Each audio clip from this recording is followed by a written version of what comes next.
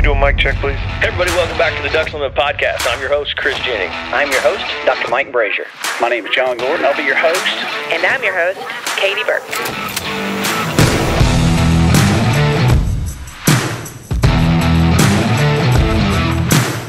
Welcome to the Ducks Unlimited podcast, the only podcast about all things waterfowl.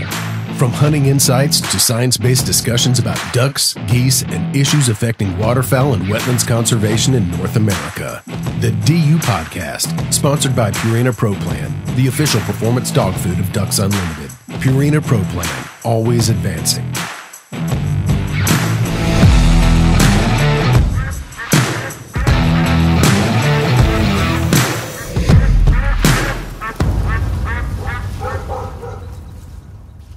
Hey everybody, welcome back to the Ducks Unlimited podcast. I'm your host, Chris Jennings. Joining me today on the show is John Pollmann. John, what's going on, man? Hey, not a whole lot, Chris. Thanks for having me on. Not only is John the Central Flyway Migration Editor for Ducks.org, he also is a huge contributor for Ducks Unlimited magazine, writing features, and he is basically the writer for the Campus Waterfowl section. If any of our listeners out there get that section, it's for some of our younger members. But John, one reason why I wanted to have you on the show today is you wrote a feature for the magazine, in regards to late season waterfowling secrets. And that's a topic of discussion every year. It's wildly popular in everything that we do. Any of these late season pieces in the magazine or online or anything that we do that involves a late season tactic really, really garners attention from our audience. And I think a lot of that has to do with, sometimes people are getting stumped by these, late season birds. And one of the most interesting things about this is that this is different everywhere throughout the country. A late season duck hunt in New York, upstate New York, is a lot different from a late season duck hunt in the Central Valley of California. So you were able to reach out to some of these experts that, really brought some unique ideas. And some people may say, oh, I've heard of that before. And some people, may not have. But kind of just before we get into some of the specifics of these tips, how did you go about approaching this, just knowing that, it is regionally, it's different. Late season hunts are different all across the board. Yeah, you're exactly right, Chris. There are, and the reason, and I think the reason they differ so much from region to region, one is habitat type, right? A duck hunt in Northern California is going to be a lot different than one in, let's say in New York, like you mentioned, or in Missouri. The habitat, the types of cover that you're hunting, the types of food resources you may be hunting are going to be different. And within all of that are, different challenges in terms of concealment and in decoys and all those factors of a hunt. So that's one part of it. And two, the types of birds too, right? Mallards and Canada geese may be different than, birds that you're hunting out in the Eastern Shore of Maryland it's regionally you've got different factors, whether it's the birds or the habitat or the weather, the types of weather, the way the weather changes, or the way the weather doesn't change too. It makes late season hunting a challenge. And so I just try to take a big picture look at things. Even though they're different though, if someone that doesn't hunt in California though, some of the tips that Riley provides from California, I think they are applicable to other areas of the country too. And so try to give a big picture look at things, but also things that are applicable to wherever you're trying to hunt birds late in the season. Yeah, and we'll start off with that first one, which I think you kind of hit the nail on the head there with saying that this is kind of applicable all across the board, even though this tip, came from someone in the Central Valley, California. Finding new feeding areas. What exactly are they, kind of trying to explain as far as finding new feeding areas? Sure. So the gentleman I talked to, Riley's with the Merlot Waterfowl Company. And I had just a great opportunity to hunt with Riley here a couple of years ago. And my first and only trip so far to California, and just blown away at just the scope of the hunting there. We were hunting rice checks, and we hunted a small little water impoundment one day. For a guy that's hunted primarily in South Dakota and the Central Flyway my entire life, getting to experience that was so cool. And so, Riley, he has a completely different situation in terms of what he's hunting versus what I do. Mm-hmm. But the connection there though is that it's about how ducks and geese, they start to change their feeding patterns late in the year in response to hunting pressure and to the weather. And so those are things that we see here too in South Dakota and further down the flyway. And in California itself, they are where so much of the feeding activity happens on managed ground, you'll see these birds will start to, they start to associate, these rice checks with hunting pressure, right? Every levee that's got decoys thrown out around it, those birds start to recognize after a while. Late season birds are smart. They figure out the game, that they start to avoid those places because of the hunting pressure.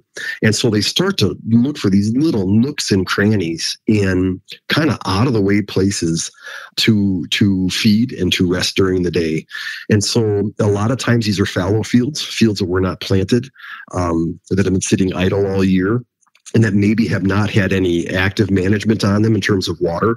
And so if you get a late season rain event or some sort of precipitation event that'll cause a little bit of natural flooding, these fallow fields that have been kind of out of the way and nobody's been paying attention to them all year, all of a sudden they become the ticket, right? They are the hot spot. And so, Riley, when it gets to be late in the year, if they have a sort of a rain event, he's going to turn his attention to that, to find these little hidden spots that are dynamite for mallards and for pintails, and he'll use them also for specklebellies and some snow geese as well.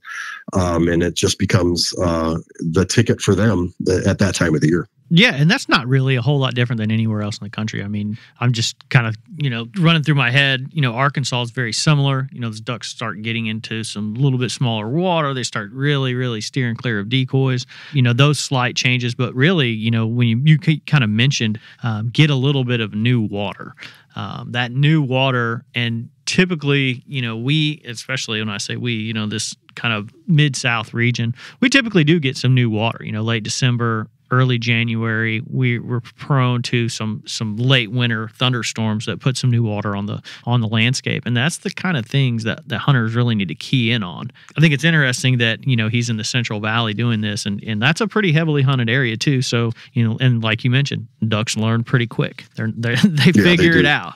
Yeah, they do. And, a couple things that stuck out to me that Riley said that I thought were interesting, though, was how he hunts them, right? Mm-hmm. And so once he finds this little isolated pocket of water, he does a couple things that I think are pretty interesting. One is he cuts down on the number of hunters that he takes with, and that's all based on concealment, right? They're going to be, since they're in a secluded corner of a field or wherever, they're not anywhere near an established, a permanent blind situation. So he's either using natural cover that's there, whether it's trees or rushes or some layout blinds. But in order to stay hidden, he's going to cut back. And so instead of taking 5 or 6 hunters out, he's going to cut that down to maybe 2 or 3 in order to stay hidden. Because these birds, again, just because they're, they've moved to a new area, they haven't gotten any dumber. They're still going to be smart. They're going to be wary. And so he cuts down on the number. And then he also cuts way down on the number of decoys too. And so, when you drive through, that Central Valley, you would drive by these permanent blinds, and there are, a couple hundred decoys at each one of them, right?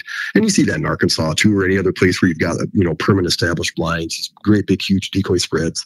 But when he gets to this point of the season, and I've heard other hunters say the same thing in Arkansas and Missouri, but at this point of the season where they will drastically reduce the number of decoys that they use, sometimes to maybe a single decoy or 2, 3, 4, 5, 6 decoys, just enough to get the attention of the birds, but not to overwhelm them, right? Because again, those birds are associating this large decoy spread with trouble, with hunting pressure. And so cuts down on the number of hunters, cuts down on the number of decoys he uses, and then he keeps the attention. Those decoys or any motion that he may be using is away from the hunters. And so ducks are keyed in on that, on the decoys, and they are not looking at the blinds or the hunters themselves. And again, it's all about concealment, about trying to fool these birds and to trick them into doing something that they don't really want to do, which is find themselves on the, in front of the hunters. So it's changes his approach completely. And again, that is something that we all do, and we do here in South Dakota. Late season, we are taking the attention away from us and putting it on the motion decoys or on the decoy spread itself, just to keep the eyes of the birds off of the hunters. Yeah, and I think everyone tries to do, and like this is not certainly something that other hunters don't do by any means. I think everyone does it, but I think what's cool about these is hearing how other hunters, change their tactics as it gets later in the season. It's not necessarily the tactic itself always, but the slight variation of that late season tactic that you're like, maybe I'll try that, something like that. Yep. But the next tip that you have is probably one of the ones that sticks out to me the most, because where I hunt, we get absolutely destroyed on a full moon. It's over. You might as well stay home. Yeah. That full moon always seems. Now I'm hunting a lot of rice fields and big rice fields, and so those birds can get out, feed all night long. They don't do anything. Then they're sitting. Several different oddities go on when that full moon is in effect. But who did you talk to and kind of share this kind of making the most of the full moon, which is interesting? Yeah. And so when I think of a full moon and hunting situation, immediately the first guy that comes to my mind is Tony Vandemore, primarily because my first time hunting with Tony down at Habitat Flats, we were in this situation. It was a full moon, ducks had gone nocturnal, and they were really, really tough. And so I immediately thought of Tony in that situation. And what came to mind was that while I was in camp, we really hunted hard on the bookends of the day, right? Try to catch some of these birds that are moving from feeding areas back to roost right at first light, or vice versa, right at the end of the day. Just to see if you could scratch out some as they're any early movers, or late movers, as it may be, to try to catch them in between places on a full moon. But the other one, though, was to watch for a change in the weather. And when I was at camp with Tony that first time, first couple of days were tough. We hunted early, we hunted late, and didn't have we still saw some birds, but it wasn't what we knew it could be. But then the last day, it rained. And that one change in the weather, and I be honest with you, I hate hunting in the rain. It's probably my least favorite thing to do. I want sunny skies. I want cool breeze. I want cool temps and sun. But that day, I loved the rain because the birds finally moved. It shook them up out of their pattern. And that's what Tony talks about in this piece, is that when you're stuck in a full moon, when you see any sort of change coming in the weather, whether it's a drop in temperatures or a big wind or precipitation, that's a day when you're going to be out, because it's just enough to shake them up a little bit, get them out of the routine, and get them up and moving again during the day. And I don't know why. I'm not a mallard duck. I can't tell you why that is, but it happens. And so that was his big thing. You're stuck in a full moon, watch for that change in the weather, and that's the day you're going to want to be out there. Yeah, that's great. And that's the day when you don't want to stay home. When I said, full moon for us, most of us are staying home. It sounds like, just keeping an eye on that weather, any change whatsoever, even if it's kind of an insignificant, like you mentioned, maybe it's just a slight difference in the temperature, or even a little bit bigger wind, something like that. Definitely, that's something to keep an eye on. That's a good tip, and I'm sure Tony's dealt with that every year. He typically deals with that full moon at some point. I usually see him posting something on social media about it and complaining about the moon itself. But it sounds like he's found a way to figure it out a little bit. Yeah, in his words, he says he has a love-hate relationship with it. Right? Yeah, that's perfect. Full moon in August delivers first teal of the season. Full moon in October, he's seeing migrators roll in. But that full moon in November and any full moon in December, that's when it starts to be a trouble. And so he does. He's got a love-hate relationship with it. And the other thing that he mentioned too was just that the importance of managing the pressure that he puts on the birds during that full moon is that, he does not want to do any hunting activities really close to a roost or the feeding area, where these birds are at during the day or at nighttime. Where they're feeding at night or where they're roosting during the day. He tries to stay away from those areas as much as possible, and then just put himself, put him right in the middle of it all, right? Again, trying to catch those birds moving from point A to point B. And anybody that's hunted down at Tony's or that knows Tony, I mean, that's running traffic is his MO, right? I mean, that's what they do so much of, and they're really good at it. But when it's full moon, being really, really cautious about not getting close to that roost or that feed, because that will move birds out.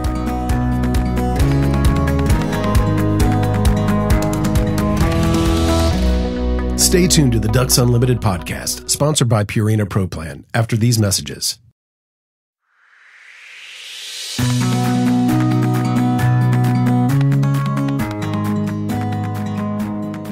That kind of leads into the next tip, which is from Tony as well, which is an interesting, it's something this is also something, the late season tactic that almost every hunter uses, but Tony kind of has his own little twist on it, obviously. It's hunting the freeze and the thaw. That's always, hunting the thaw is like the big theme. Hear people basically screaming about it around this area. When we do get ice on the thaw, it gets really good. But, hunting the freeze and the thaw, and it sounds like Tony is really kind of explaining how he manages that pressure during that time as well. Go ahead and explain that one. Yeah. So again, it kind of falls along with the full moon, but hunting pressure during a freeze, right? You don't want to give those birds any excuse, any reason, any pressure to leave. If they are willing to hang out in an area after a big drop in temperatures, do everything you can to keep them there. Because I think the way that Tony put it, which was awesome, is that, you can run ice heaters and you can run wells and you can run water and create a hole in your, in the ice and create some open water for a hunting area. But all of that pales in comparison, to 10 or 15,000 mallards sitting on the water and pumping their orange feet underneath and keeping that water open, right? You can't compete with that. And so if you take that away from them, if you hunt too close, if you put pressure on that roost at all during a cold snap, those birds are going to up and leave, and then that water freezes over, and it won't, it's not going to come back. It just won't come back until you have a major warm up. And so he's really mindful of where he hunts when it's cold, staying away from the roost and keeping as far away just so he can keep those birds there.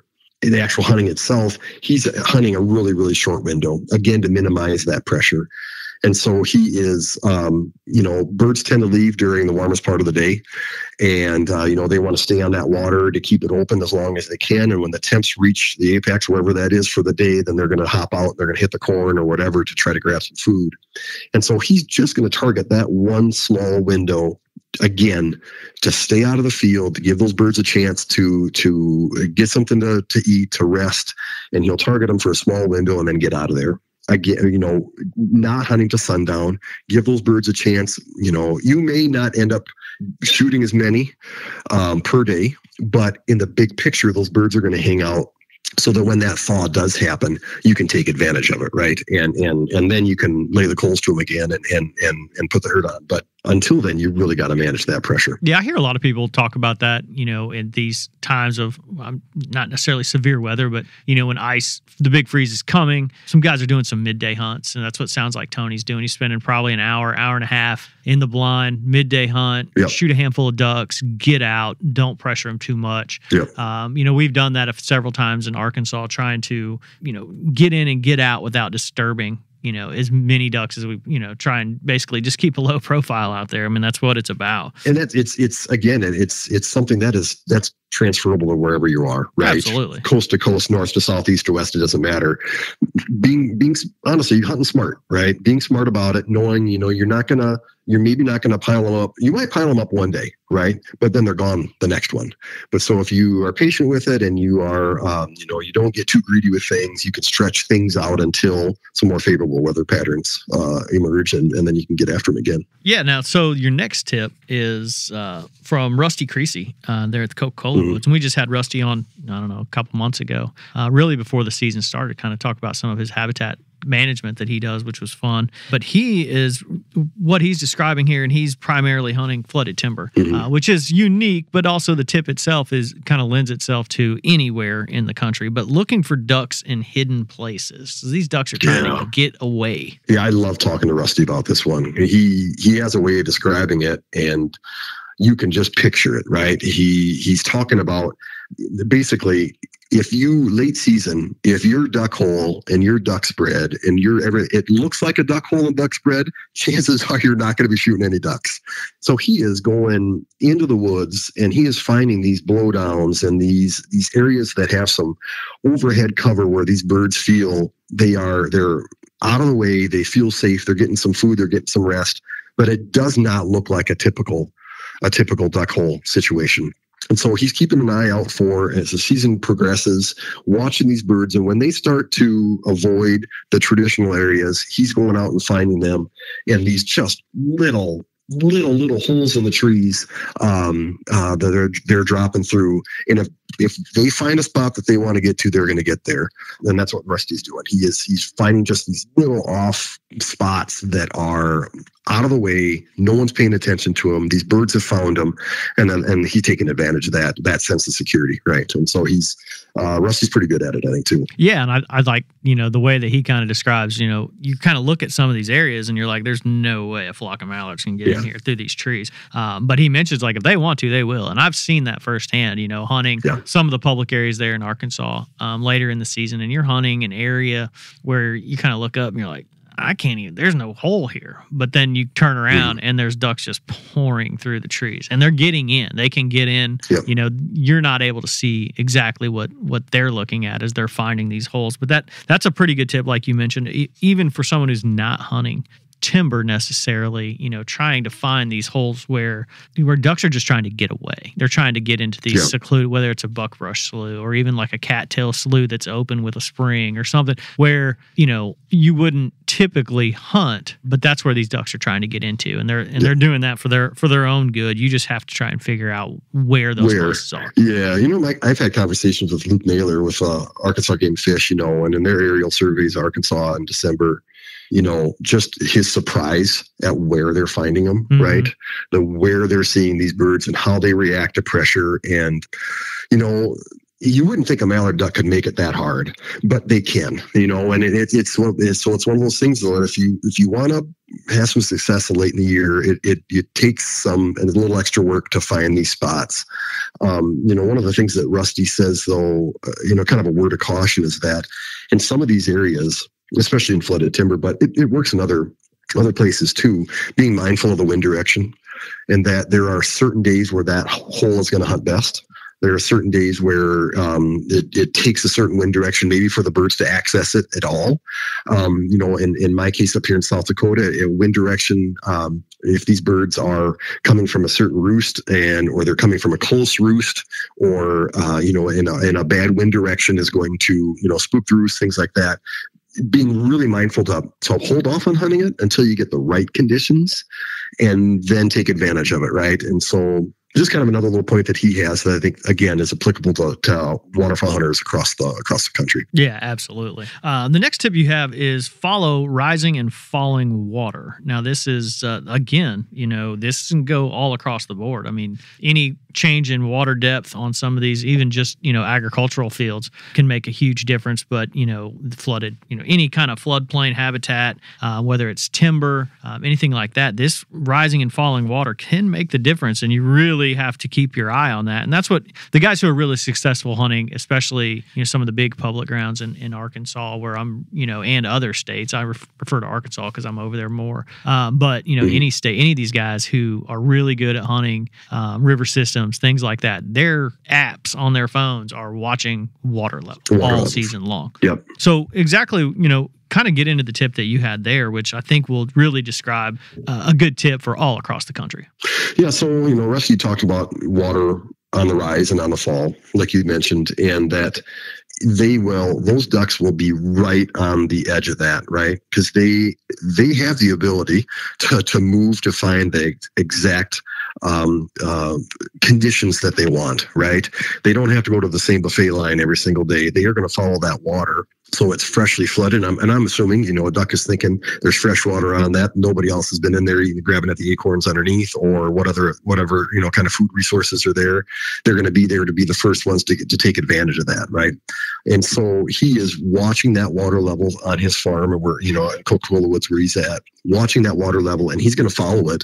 And just because birds were here one day, if he knows that water level is changing, he may modify his location to take advantage of those birds attacking that fresh water line.